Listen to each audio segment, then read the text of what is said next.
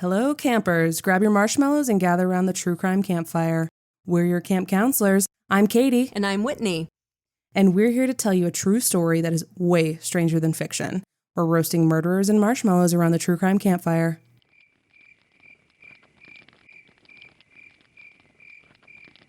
When we left you at the end of part 1, 14-year-old Steven Stayner had escaped from 7 years of captivity and abuse at the hands of child predator Kenneth Parnell, and he'd rescued Parnell's next intended victim, a little boy named Timmy White. The story made international headlines, and Steven Stayner became his hometown's living legend. It was March 1980. Both boys were back home safe, and Kenneth Parnell was behind bars where he belonged, waiting to go to trial. It seemed like a happy ending, but the story doesn't end there. The second half of the Stayner saga is even darker than the first. Justice is denied, secrets come to light, and another member of the family lets his most depraved fantasies cross over into real life. This is Journey into Darkness, the Stayner Saga, Part 2.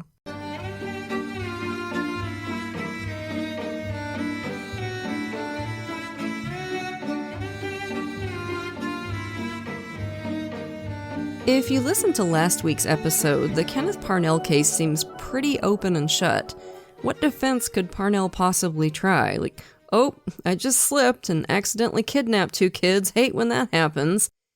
And yet, when Parnell first went to trial in 1981, he pled not guilty. Granted, he did have at least one advocate, his mom, who argued that he had to be innocent because he visited her all the time and he'd never brought along a child. Well, Mom has spoken. Case closed. The kidnapping cases of Timothy White and Steven Stayner were to be tried separately, with Timmy's up first. And because Steven's classmate Sean Poorman had helped Parnell grab Timmy, he'd be tried alongside him. Early on, it was unclear how much Steven was going to cooperate with the prosecution in Timmy's case.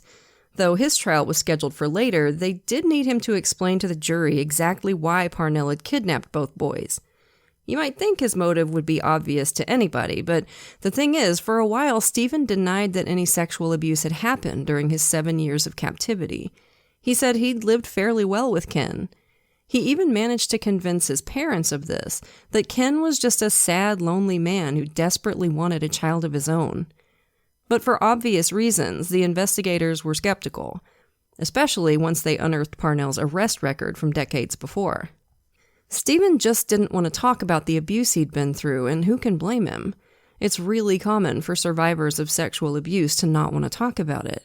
But when naked pictures of Steven and a friend were found in Parnell's cabin, it was clear he could no longer deny it. Plus, several of Steven's friends from over the years came forward to say that they were also molested by Parnell. Steven eventually took the stand in Timmy's trial, and though he wasn't psyched about speaking publicly about the abuse, he did it for the sake of making sure this dude was put behind bars where he damn well belonged. Bizarrely, once the trial got rolling, Ken Parnell tried to lay the blame on Sean Poorman, and for some reason, Poorman's stepfather Henry, insisting they'd blackmailed him into taking Timmy. Huh? Parnell seemed to be running pretty dry on that magic manipulation powder that worked wonders for him in the past, and he was desperately trying to scrape together one last pathetic charade for the courts. He concocted a weird, convoluted story in which he claimed stepdad Henry threatened to blow the whistle on Steven's kidnapping if he didn't house Timmy, who was just dropped off one night at his house, totally out of the blue. And the purpose of Henry's plot? According to Parnell, they'd kidnapped Timmy because they needed a young boy to, quote, trade for either money or drugs. Okay, so let's just unpack this. This supposed blackmail plot hinged on the idea that you'd get in trouble for a kidnapping if you refused to commit another kidnapping. And that Timmy was there because he was eventually going to be traded in for drugs or money. You're going to commit a kidnapping to barter for drugs or money. You know what might be a little bit easier? Stealing some drugs or money. You know, it's probably a lot easier to pull off than a kidnapping. Get this guy a new lawyer, for God's sake. In return, Sean Poorman's stepdad Henry said he'd never even met Parnell or Steven or Timmy in his life, and both Timmy and Steven confirmed it. Parnell also tossed in some nonsense about Sean and Henry threatening his mom, but surprise, surprise, the jury didn't buy it. Throughout the hearing, Sean Poorman maintained that he'd been coerced and threatened by Parnell and had no idea that sexual abuse was ever part of the equation. He also claimed to have never been paid the $50 Parnell had promised him. Why does that not surprise me? It took the jury 2 hours to decide on a guilty verdict. Sean Poorman, who everyone seemed to agree was just a naive, drug-addled kid who was used by Parnell, was given a lenient sentence. He'd be in a reform school until he reached 18. Obviously, Ken Parnell was the main villain here, so they were gonna throw the book at him, right? Right? Yeah, get to a safe place if you're gonna need to scream. Because for the kidnapping of Timothy White, Kenneth Parnell was sentenced to a whole 7 years. Yeah, that was the maximum in California at the time. But there was still hope. Steven's trial was up next, and surely his case would give Parnell the sentence he deserved. Steven's trial turned out to be a lot more complicated than Timmy's. It involved a much longer timeline, split up amongst multiple jurisdictions as Parnell had moved the two around so much. Plus, the damn 7-year statute of limitations actually took the initial kidnapping off the table. Ugh. So Kenneth Parnell would be getting off scot-free for the actual kidnapping of Steven. He could get in trouble for imprisoning and abusing him, but he'd face 0 consequences for the initial abduction. Infuriating. Unbelievable. Even proving that Steven was held against his will by Ken Parnell from age 7 to age 14 turned out to be a challenge. The defense claimed that Steven had plenty of chances to run over the years and he didn't, so he must have stayed because he wanted to. They zeroed in on Steven's own admission that he'd figured out he was a kidnap victim in the 5th grade and argued that Steven grew to like Parnell better than his own family and chose to stay. Wow, let's gaslight this poor kid some more. To add more insult to injury, they suggested he may have been lying about the sexual abuse and wanted to prove it with a physical exam. But thankfully, Steven was never forced to do that. A psychiatrist named Dr. Robert Wald was called by the prosecution to shed some light on how Steven's brainwashed young mind may have worked during his ordeal and why he stayed for so long. Basically, in order to survive in Parnell's world, Steven had to buy into the myth of being Dennis. He was captive psychologically, not just physically, and those psychological chains can be even more powerful than the steel ones.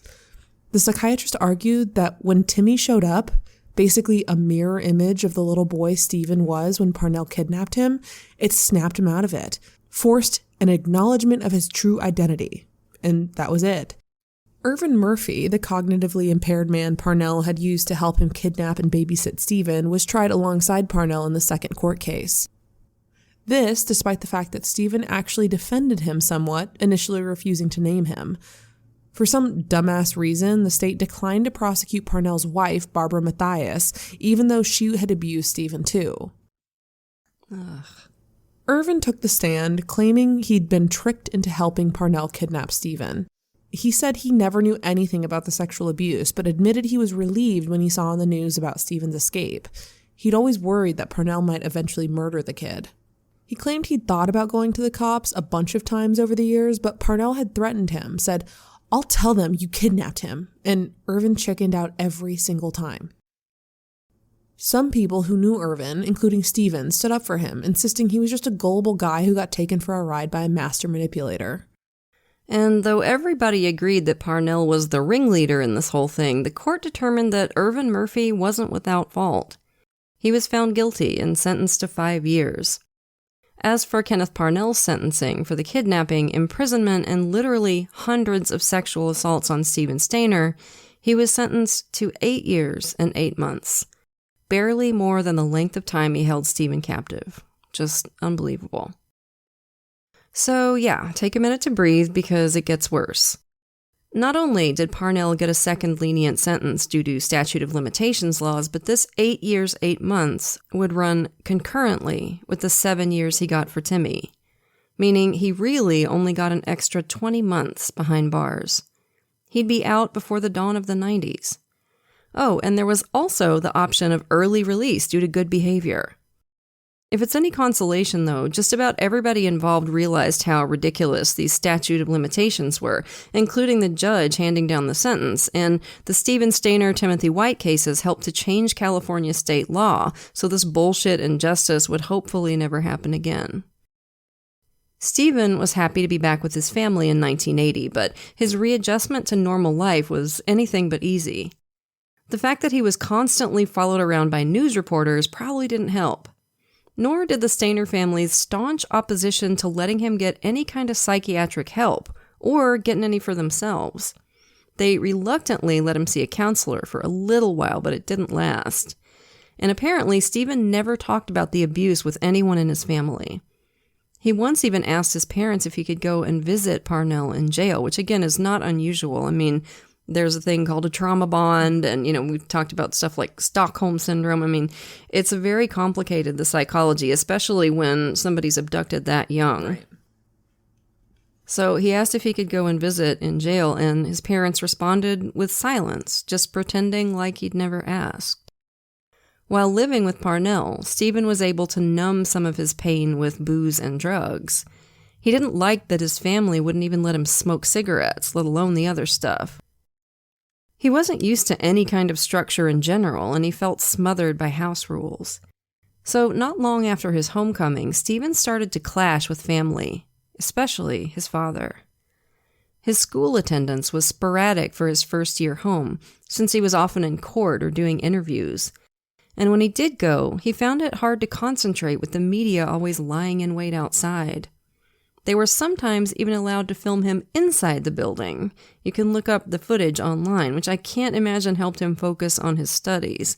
And when the cameras weren't on him, other kids, jealous of all the attention he was getting, started teasing him about his publicized abuse, calling him gay slurs, which is just great, kids. Steven hasn't been through enough already. Damn, teenagers can be the worst sometimes. He did do a lot of dating, though. Later, he admitted he kind of went sex crazy in his teenage years to try and counter all the homophobic slurs. Despite the rocky road, Steven stuck it out for all 4 years of high school, but he ultimately failed several courses in his senior year, and since he never made them up, he never officially graduated. Once he hit 18, Steven received the $15,000 in reward money, about $45,000 in today's money, for rescuing Timmy White, that had been waiting for him in a trust.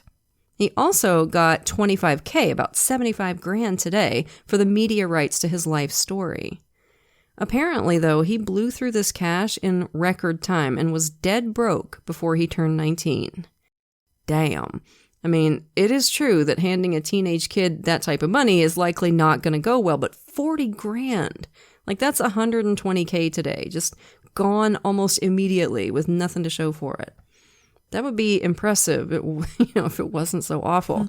So where'd the money go? Well, his sister borrowed some to help pay for her wedding. Some went toward a pile of unpaid traffic tickets, and the rest was, by all accounts, just kind of partied away. Things finally got so bad that Dell kicked Steven out of the house. The father that had once spent nearly every spare moment he had trying to bring his son home. I really, really wish this family had gotten some therapy to help them through this. It might have made a big difference. But as Steven entered his 20s, things seemed to be turning around. After a bad drinking binge, he was hospitalized for several days with alcohol poisoning. And from then on, Steven swore off drinking and dedicated himself to putting the pieces of his fractured life back together. In 1985, 20-year-old Steven married the love of his life, Jody Edmondson, and they had a daughter named Ashley. Times were still tough. They both worked 50 hours a week at a KFC and were living in a cramped trailer with roommates, but they had each other and they had a positive outlook and they were determined to keep moving forward. By 1989, they were in a much better place. Steven was in school to become a security officer, was volunteering and advocating on behalf of abused children, and joined a church. And he and Jody had a second child now, a boy they named Steven Jr. And although he still had to work at a pizza place while in training, the family got a nice financial windfall with the television release of I Know My First Name is Steven, the TV movie based on Steven's story. NBC hired Steven as a script advisor and even gave him his acting debut with a cameo appearance as a cop.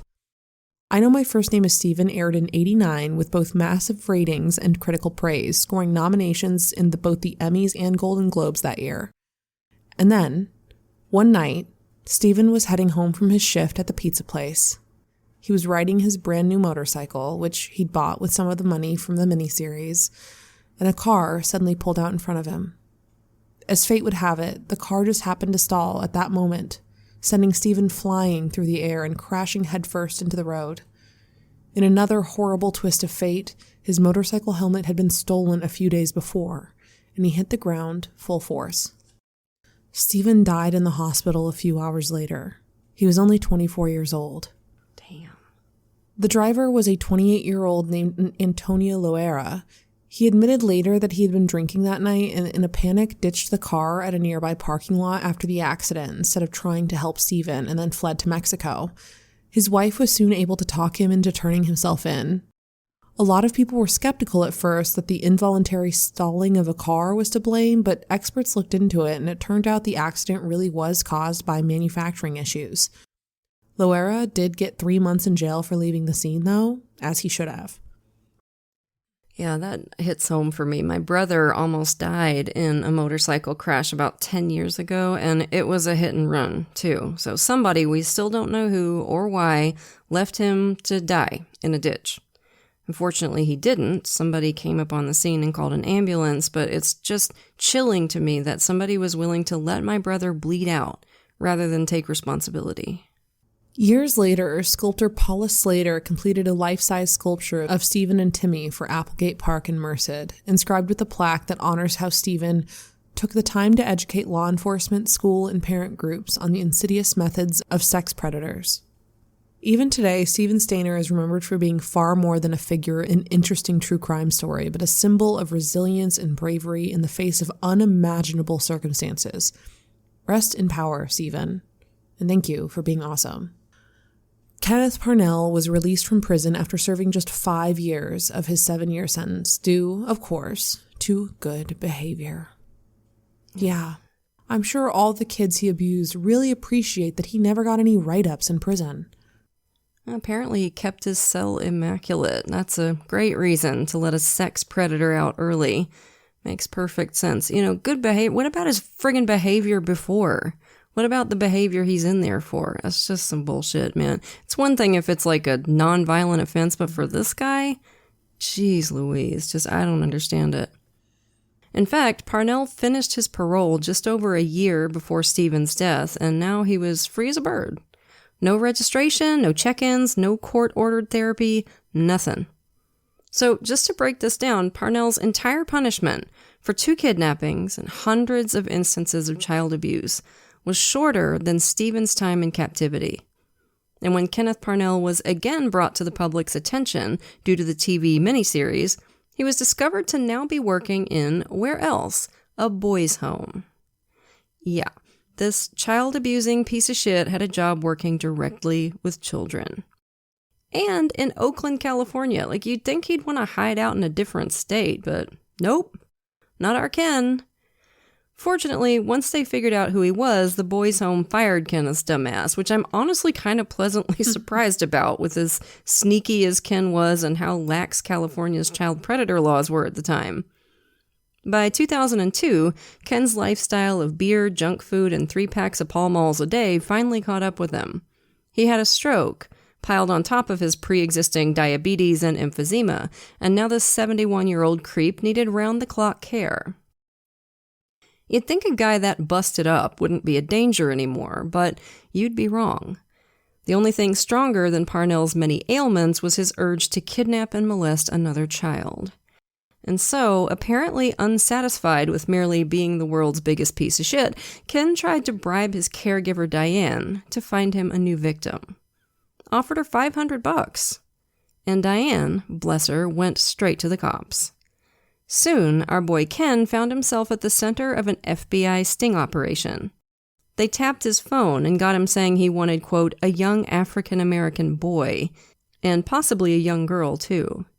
He had other specs as well, but they are too disgusting for me to say out loud. Trust me, you do not want to hear it. I literally just, cringed all over. The FBI put the habeas corpus on Ken and searched his place.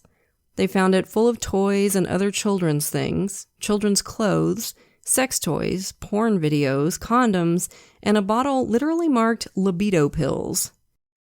This time, Ken admitted to trying to buy a child, but assured everybody that it wasn't for any weird sexual reasons. Perish the thought. He simply wanted to raise a kid in a wholesome, loving home.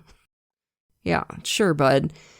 So tell me what you think. Have we ever found a better candidate for the wood chipper than this guy? Because I don't think so. I think this guy's like number one on my list. Needs to go in dick first, if you ask me. At trial, Ken's lawyer tried to keep his previous convictions from being used against him, but the judge wasn't having it. And finally, some good news. For once in his miserable life, this asshole finally experienced some real consequences. 25 years to life in prison. And prison was where he sat until in 2008 his health gave out and he died at age 76, leaving the world a slightly cleaner, nicer place. There was one other good thing to come out of Kenneth's trial.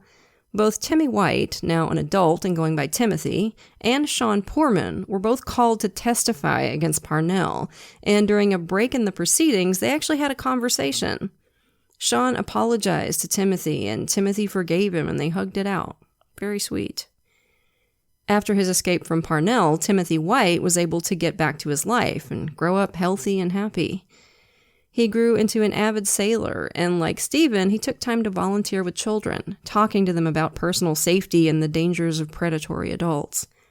By 2005, he'd married his wife Dina, had 2 kids, and was working as a sheriff's deputy in LA County.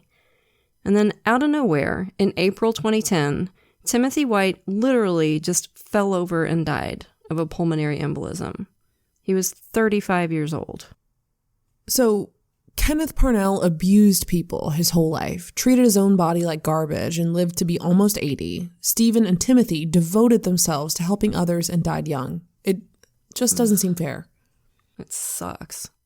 Timothy's wife Dina and their 2 children summed up their love and respect for Tim with 2 simple words on his headstone. Our hero. So far, we've presented the Stayner family from the perspective of a grieving household, desperately trying to find their child, which they were. But there was a lot more going on behind the scenes. Like we said in the last episodes, things got understandably tense in the Stayner family while Steven was missing.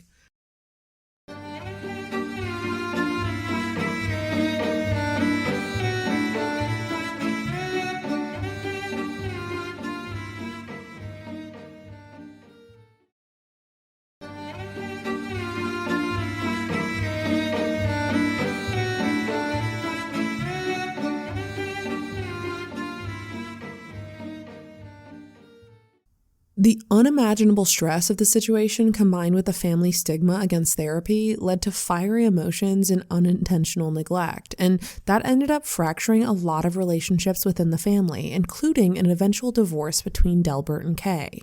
And of course we sympathize. I mean, there's no handbook on how to act when one of your children disappears. But sure. In the 2000s, some dark secrets about the Stayner family started coming to light. Unearthed records from 1986 revealed that Del Stayner was ordered into court-appointed therapy for molesting 1 or more of his 3 daughters. Oh, come on. Ugh. The same man whose youngest son had been held captive for years by a depraved pedophile was engaging in similar behavior under his own roof. And Lord have mercy. And it didn't stop there. Apparently, the family had these issues going back for generations. Wow. Kay Stayner eventually spoke about having been molested by her father, too. Remember Steven's grandfather from part 1? The one who said that they were better off with 1 less mouth to feed? Well, oh, yeah. That was him. And Kay still took him into their home when he got too old to take care of himself. She says she kept him a safe distance from her children, and I hope to God that's true. Good Lord. At one point, they let their older son, Carrie, stay with his uncle Jerry, despite the fact that Jerry was already a convicted pedophile. Carrie and one of his cousins later reported being molested by him. Oh, Lord. And as a grim little PS to this part of the story, in 1990, Uncle Jerry was shot to death by an unknown assailant while Carrie was living with him. It makes you wonder, Is this why they never talked to Steven about his abuse by Parnell? Was this why they were so allergic to the idea of family counseling and therapy? Yeah. It makes sense. Maybe they were trying to protect their family secrets. Mm-hmm. Or just not willing to confront it because it was too painful. I mean, I think it's at least from Kay's perspective. Yeah, I think it's just a lot of, I don't want to deal with it. I don't want to look at it. Just it's like denial. It's like ignoring the spot of mold in your bathroom until it gets too big to ignore. Clearly, the darkest of possible clouds hovered over the Stayner family. Kidnapping, alcoholism, fatal accidents, molestation, and murder. Not to mention having to watch Ken Parnell walk free after just a few years in jail. But the worst is still to come. There was still older brother Carrie, who since the age of 7 had been harboring twisted fantasies. While younger brother Steven was navigating life in captivity, Carrie was slowly succumbing to his demons in the background, unbeknownst to anyone. Carrie Stayner was born in 1961, making him 4 years older than Steven. Like we said before, Carrie had trichotillomania, an anxiety disorder that gives you an obsessive urge to pull out your own hair. Carrie had had it since the age of 3, and after starting school, he got bullied for his bald patches, so he started wearing a baseball cap to hide them. You can see him wearing one in almost every pre-arrest picture of him online. By the time he was 7 years old, Carrie was already having violent fantasies. One day, at the grocery store with his mom, he was suddenly struck with the idea of killing all the female cashiers. He talked about it later as some kind of creepy milestone in his journey towards sadism. Intrusive thoughts plagued him constantly. He started to hear voices. He even recalled that when he was 11, shortly before Steven disappeared, he was suddenly struck with a terrible fear that his mom would be kidnapped. When his class learned about the Holocaust in school, Carrie was fascinated. He couldn't get enough of the horrible stories from the concentration camps. He thought a lot about different ways of torturing people. Women, especially. Captive women. The line seemed to blur for Carrie in his adolescent years between horrific, unwanted visions and titillating fantasies. He sometimes thought that Steven must have been abducted as a punishment from God for his dark daydreams. As a teenager, he developed into a muscular, handsome young guy and seemed to attract female attention at school, but he shied away from dating. His friends said he was interested in sex with women, and that's about it. He was completely inept at actually talking to them, and his awkwardness seemed to barricade him from anything further. Okay, so like about 70% of teenage boys at this point, but no, it was a lot worse with Carrie. One night, his sister had a friend sleep over, and Carrie touched her inappropriately, then took out his penis and showed it to her. Ugh. To his friends and classmates, though, Carrie appeared from the outside to be a fairly normal teenager. He was a little introverted, but he hung out with others, did well in class, smoked cigarettes and weed, listened to heavy metal, and was superb at drawing cartoons. When Steven came home, Carrie was 18. He'd graduated high school and was working as a window installer. He found himself overwhelmed with the vision of smashing his car into the office of the company he worked for and killing everyone inside. He never did it, thank God. Though he'd once been really close with Steven, the two brothers didn't get along very well as time went on. They still shared the same bedroom, but Carrie had a hard time relating to him now and felt ignored when Steven got so much attention. Many of the Stayner kids have admitted that they felt Steven got a little cocky at times in his teenage years with all the admiration he was getting, but come on, what teenager wouldn't? I know I sure as hell would have. For most of his 20s, Carrie felt fairly lost, spending much of his time wandering Yosemite, smoking weed, and lying out in the sun. And then in 1989 and 90, Brother Steven and Uncle Jerry, who Carrie was living with at the time, died back to back. Carrie was apparently at work when his uncle was shot and told police he suspected a sketchy-looking guy he'd seen hanging around a few days before. The double trauma of two close family members dying in a year's time hit all the Stayners hard, but it hit Carrie like a freight train. He attempted suicide in 91. In 95, he felt like he was having a nervous breakdown and checked himself into a mental hospital. He got into heavier drugs and got arrested for possession of meth in 97. Later that same year, he decided to get a job at Yosemite. He was there all the time anyway. And he was hired by the Cider Lodge Motel to work as a handyman. And this is where his disturbing fantasies would eventually become reality. Carrie Stayner's first confirmed murders were 42-year-old Carol Sund, her 16-year-old daughter Julie, and a 15-year-old Argentinian foreign exchange student, Silvina Peloso, who was staying with the family. God, that's sad. Carrie had been stalking and spying on the women from the moment they checked into the hotel in February of '99. On the 15th, Carol, Silvina, and Julie rented some movies from the front desk and walked back to their room. They had no idea they were being watched, and they were in a fun mood. There's a haunting photo Julie took of Carol and Silvina just as they were getting settled back into their room that night.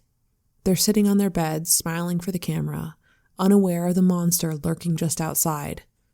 That picture absolutely freaks me out. Like, I just can't even look at it. It's so disturbing. Because, it was literally like minutes. Oh, it's so creepy. Likely within minutes of that photo, Carrie Stayner knocked on their door. He showed them his handyman credentials and insisted there was a leak he needed to fix. They let him inside. As the movie Jerry Maguire played on the hotel room's TV, Carrie brought out a handgun and proceeded to tie the women up and gag them. And then, in a scene that can only be described as hell on earth, Carrie Stayner spent the next few hours indulging in the darkest perversions he had harbored since he was 7 years old. He killed Carol outright, strangled and shot her, which must have made it so much worse for the two girls.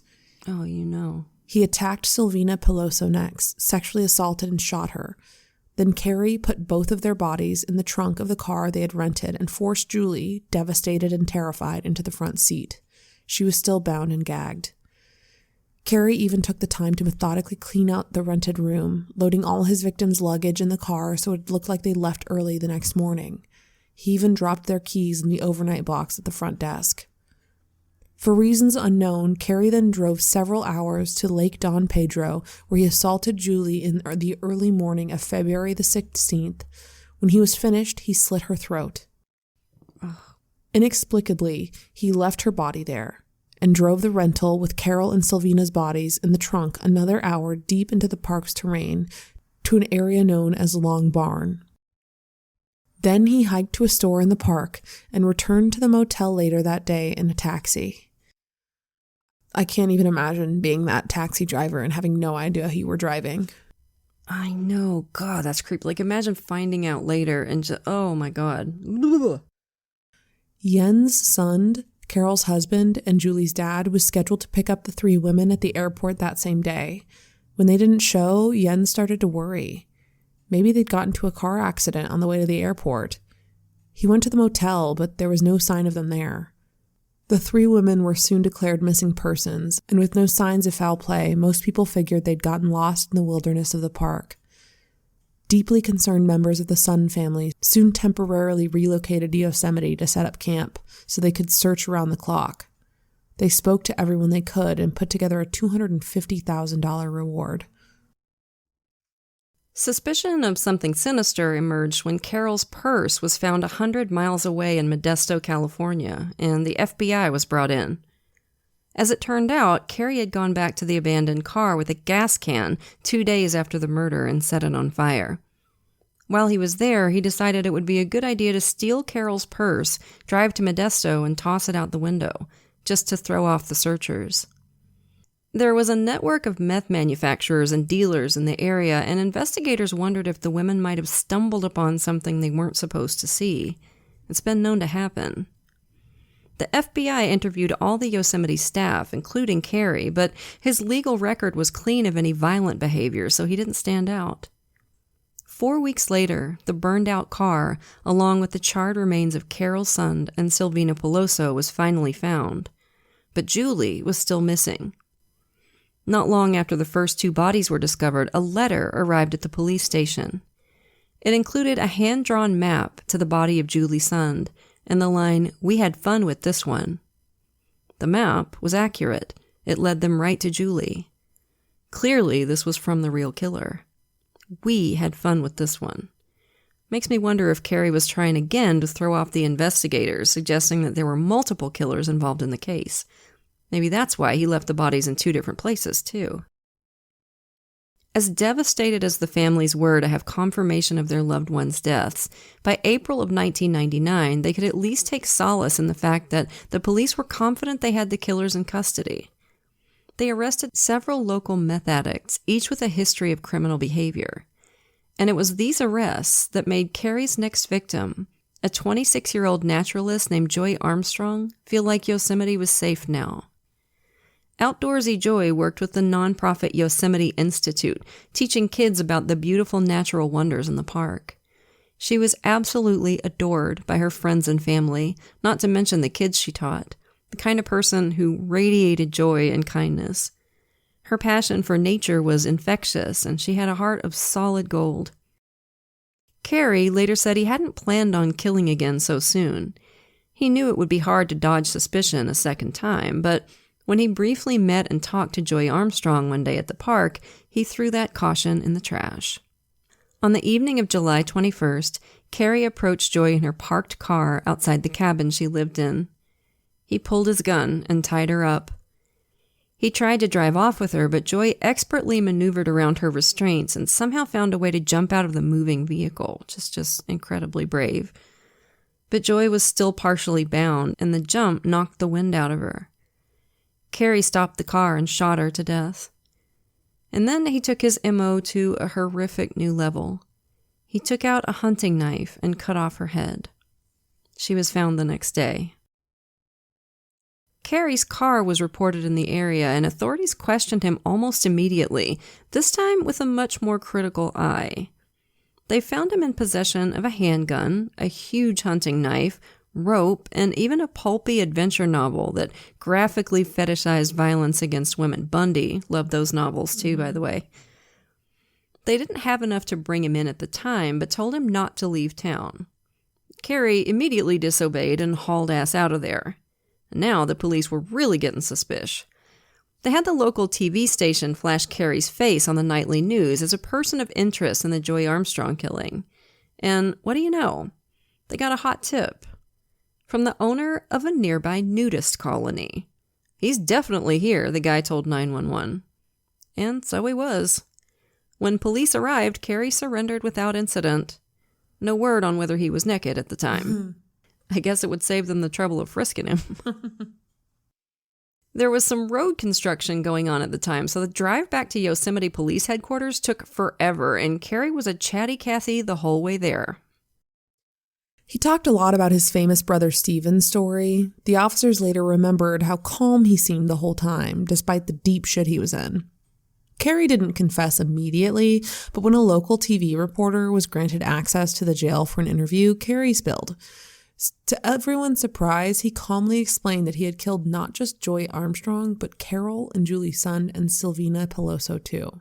He also insisted he didn't sexually assault any of them, which is absolutely a lie. Bundy did that too. I don't know why they do that. It's like they're not ashamed of the murder, but they're ashamed of the sex stuff. It's really strange. I think Gacy did it too, but Gacy, it was because he didn't want to be gay. Yeah. But yeah, it's all of them. It's so weird. It's like, yeah, I killed him, but I would never. It's like, oh, right, dude. Yeah, like, it's chill. Really strange.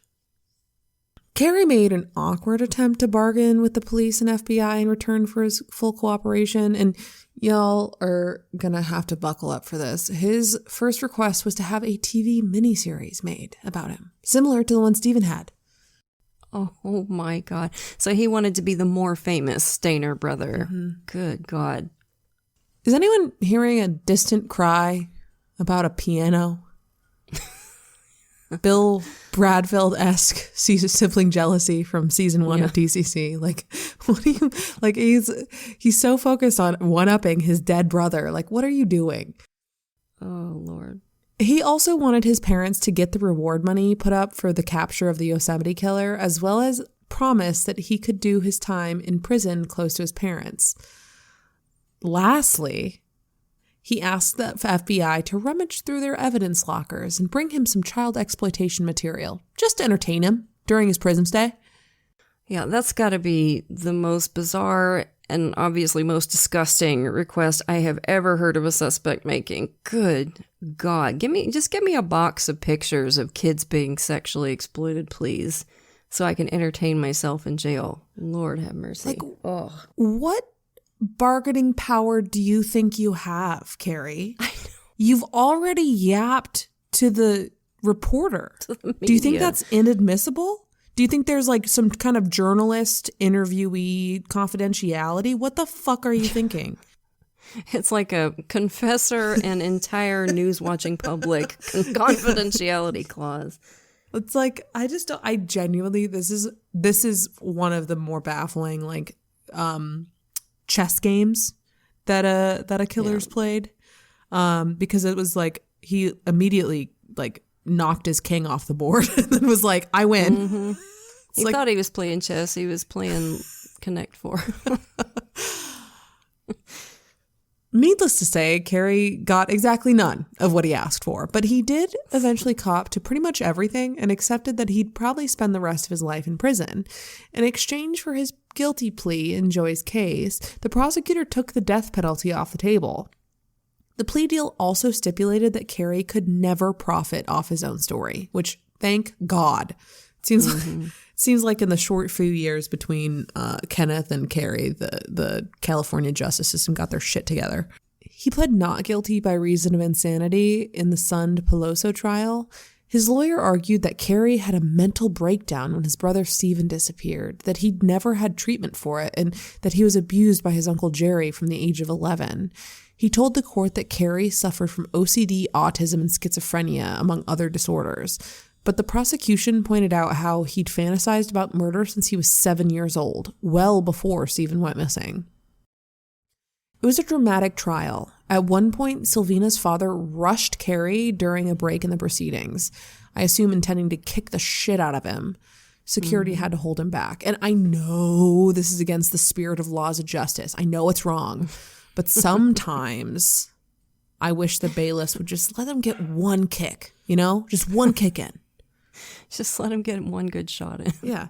Sometimes they do. I don't think it's on purpose, but sometimes because I think the way you have to see it as like a police officer or a bailiff is like, I'm not protecting the killer. I'm protecting this person from having to go to jail, which is like fair, I guess. But also just like one free kick, just one. Carey's mother, Kay, scared of losing yet another son, pleaded with the court to spare his life. If him dying could bring those people back, I would say do it, she said, but executing him is not going to bring them back. But the judge wasn't persuaded. For the murders of Carol and Julie Sund and Sylvina Peloso, Carey was found guilty and sentenced to death. He's still on death row at San Quentin Prison. After Carey's conviction, people started to question whether Carey might be responsible for more than just the 4 murders he was in prison for. As we mentioned earlier, Carey's uncle Jerry, the same one who had abused him as a child, was killed with his own gun in 1990, while a 29-year-old Carey was living with him. The accepted theory for years was that Carey was at work when Jerry came home from work for a lunch break and interrupted a burglary. Carey and others pointed to a suspicious-looking dude seen hanging out around the area in the days before, but no one was ever arrested. Of course, with these new revelations, people wondered if Jerry's killing could have been revenge for Carey for abusing him years before. There were also several Yosemite cold cases that seemed to fit Carey's MO. There was 24-year-old Sherilyn Murphy, whose hands and feet were found severed from her body in 1994. 34-year-old Denise Smith, whose charred body parts were found in a burn barrel later that same year. There was 20-year-old Michael Madden, who seemed to have disappeared into thin air while camping with some friends in 96. But the strangest Yosemite killing potentially linked to Carey Stayner goes all the way back to the early 80s. We honestly went into this believing that Carey Stayner's murder convictions would be the last chapter in this near-endless pageant of tragedy, but no such luck. Just as we were about to wrap up the case, we discovered yet another possible layer to this noxious little onion from hell. We've got yet another murder, potentially another well-known serial killer, and last but not least, a frickin' cult. Y'all okay? Just stay with us. We got this. So let's go back yet again to Merced, California, home of the Stayner family in the late 70s. The Stayners were friendly with another family in town, the Gibsons. Son Donald Gibson had spent his 20s working for the Merced Parks and Recreation, teaching yoga and eventually gathering followers for his cult, which he called the Sananda Apostolic Church, which welcomed followers of all kinds, but especially teenage boys. Like so many of the cult leaders we've seen before, Gibson declared himself to be a divine celestial entity or some shit, one whose enlightenment could only be transferred to his adherents through, oh God, how do I put this? BJs. Yeah. Gibson's methods usually involved getting high school-aged males wasted on hallucinogens and then performing oral sex on them. So, sexually assaulting them. Mm-hmm. Though Carrie Stayner for sure knew Donald Gibson and would have been the perfect demographic for his creepy little cult, there's no solid evidence to suggest he was ever a part of it. But when Gibson was eventually arrested, Carrie was spotted regularly attending his trial. One key witness who testified against Gibson was a woman in her late 20s named Patricia Hicks, a one-time follower of his who had moved to Merced from Washington State. Gibson was convicted, but they let him out on bail while he was awaiting sentencing, since, as we have established, California in the 80s seemed to have some of the most lax laws imaginable when it came to sex offenders. And surprise, surprise, he soon started missing his court appearances, and everyone slowly realized he'd skipped town. He was rumored to have gone to Mexico, but in fact, nobody really knows for sure, and to this day, he's never resurfaced. After Gibson went on the lam, Patricia Hicks decided to start fresh, and she boarded a bus bound for Yosemite Park in 1982. Parts of Patricia's body were discovered in 1983, with other parts not found until 5 years later.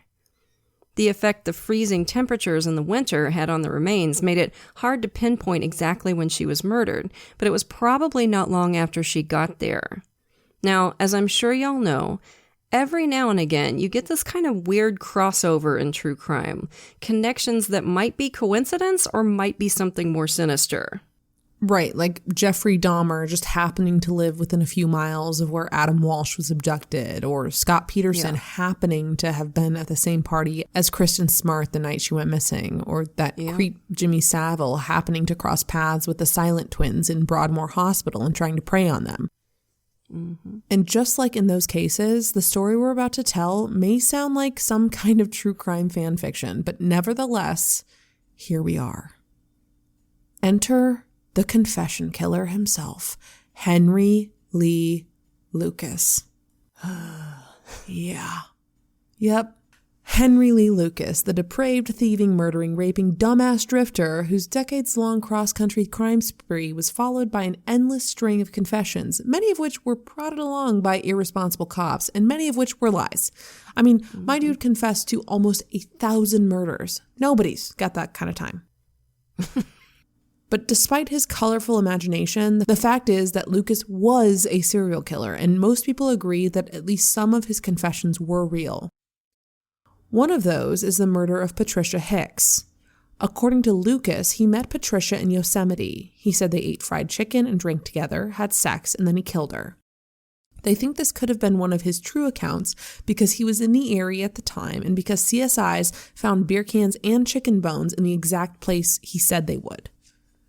But others think it's far more likely that her death was related to the Gibson cult and her testimony against their leader.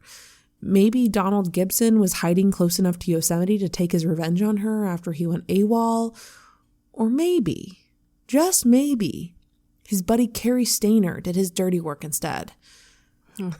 Though no one close to Carrie has really said anything about him being in the cult, it still seems like a possibility. Sure. Carrie's parents admitted they neglected him while Steven was missing. They didn't know what he was up to 24/7, not even close. To this day, the murder of Patricia Hicks is still unsolved. Some may say it's unlikely that Carrie would keep quiet about any other murders he committed. He's already on death row, and he was pretty forthcoming about the 4 he was convicted of, but who knows?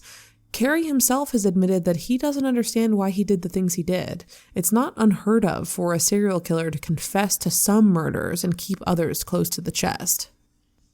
So that's about it, folks. I think we've finally reached the end of the road in this troubled, complicated story.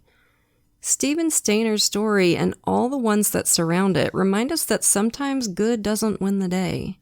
That both the evil of men and the random chance of fate don't always favor the innocent. In other words, shit happens. But for all the ugly, awful things in this story, there are bright spots too. Steven's selfless courage rescuing Timmy White. Steven and Timmy's efforts to make meaning out of their pain by volunteering with children later in life and helping them understand the dangers of adult predators. And Joy Armstrong's vibrant, kind spirit and love of nature. And in the many people who pledged their time and effort in helping however they could in these cases. It's like Mr. Rogers once said, in the darkest times, look for the helpers. So that was a wild one, right, campers? You know we'll have another one for you next week. But for now, lock your doors, light your lights, and stay safe until we get together again around the True Crime Campfire. Huge thank you to our friend Mike Moran of the Confessional podcast with Mike Moran for the hard work he put into this episode and last week's. He really went above and beyond to root out every detail of this unbelievable story. Check out his podcast. It's terrific. Katie and I have both been on it before. It's great. And as always, we want to send a grateful shout out to a few of our lovely patrons. Thank you so much to Shayla, Teresa, Molly, Max, Nikki, and Ashrita. Such pretty names. We appreciate y'all to the moon and back.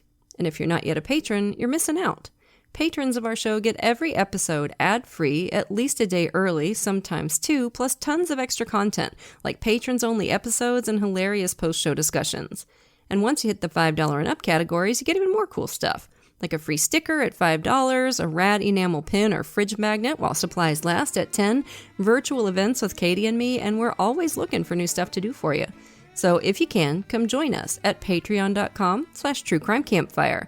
If you're looking for some TCC merch, it is the holidays coming up, visit the True Crime Campfire store at spreadshirt.com.